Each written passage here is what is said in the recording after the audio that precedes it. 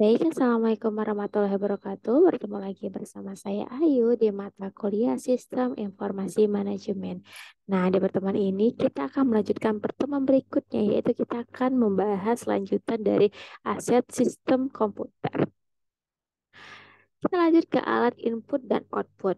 Nah, alat input device atau alat masukan adalah perangkat keras komputer yang berfungsi sebagai alat untuk memasukkan data atau berita ke dalam komputer. Contohnya seperti keyboard, scanner, mouse, mic, kamera, digitizer, ada juga trackball, dan lain sebagainya. Kemudian alat output device adalah perangkat keras komputer yang berfungsi untuk menampilkan keluaran sebagai hasil pengolahan data. Keluaran dapat berupa hard copy seperti kertas atau juga soft copy ke monitor ataupun berupa suara. Contohnya seperti monitor, printer, speaker, dan lain sebagainya.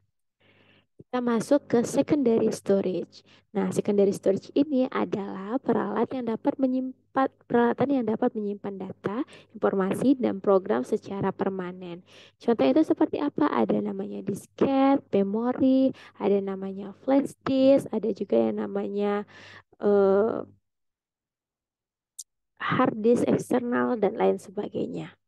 Nah, yang selanjutnya kita akan membahas tentang klasifikasi komputer. Ada juga yang namanya mainframe komputer, ada juga mid-range komputer, ada juga yang namanya server. Lanjut kita ke software. Komputer bekerja berdasarkan masukan yang diberikan oleh user. Nah, perintah masukan ini dikelola dalam rangkaian instruksi yang disebut dengan software. Software diperlukan untuk menjalankan prosedur standar seperti pengolahan kata, pengolahan gambar, dan berbagai jenis data lainnya. Pada dasarnya, software dibuat menggunakan bahasa pemrograman tertentu. Proses pembuatan software melalui serangkaian tahapan. Salah satunya adalah menuliskan kode program untuk software tersebut.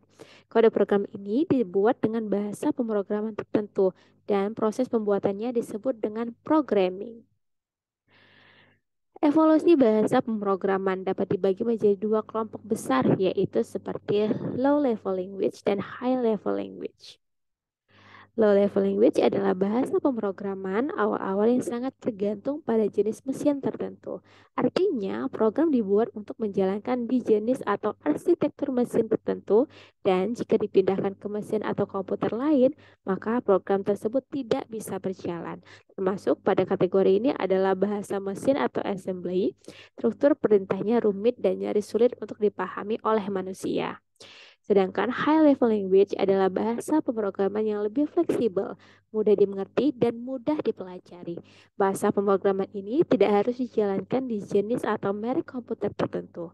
Struktur perintahnya juga berupa bahasa Inggris standar dan mudah dimengerti oleh manusia. Kita lanjutkan ke control bus. Nah, berdasarkan evaluasi perkembangannya, maka bahasa pemrograman dapat dibagi menjadi 5 generasi, yaitu generasi pertama, generasi kedua, ketiga, keempat, dan kelima. Generasi pertama merupakan bahasa mesin yang menuliskan instruksi dalam bentuk bits, yaitu terdiri dari angka 0 dan 1.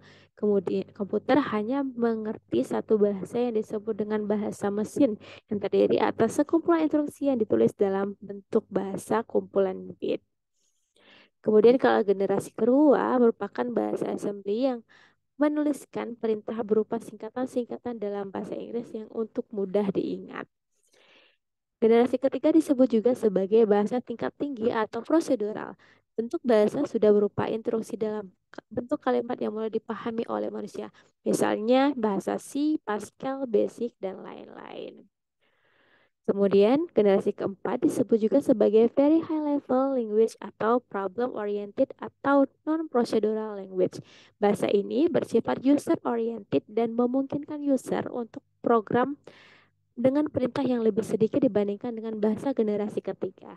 Beberapa jenis bahasa pemrograman generasi keempat, misalnya seperti Reaper Generator, Query Language, dan Application Generator. Nah, kalau generasi kelima merupakan bahasa natural yang terbagi menjadi dua jenis. Yang pertama, yang terdiri dari bahasa manusia itu sehari-hari seperti bahasa Inggris, Spanyol, Jerman, dan sebagainya. Sedangkan yang kedua terdiri atas bahasa pemrograman yang menggunakan bahasa manusia sehingga orang merasa lebih mudah berkomunikasi dengan komputer.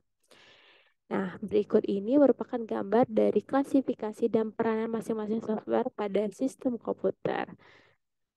Oke, bagaimana sama Bida? Sudah mengerti? Jangan lupa kalau misal ada pertanyaan, silakan tulis di kolom komentar ataupun chat pada reply forum yang ada di e-learning. Sampai bertemu di pertemuan berikutnya.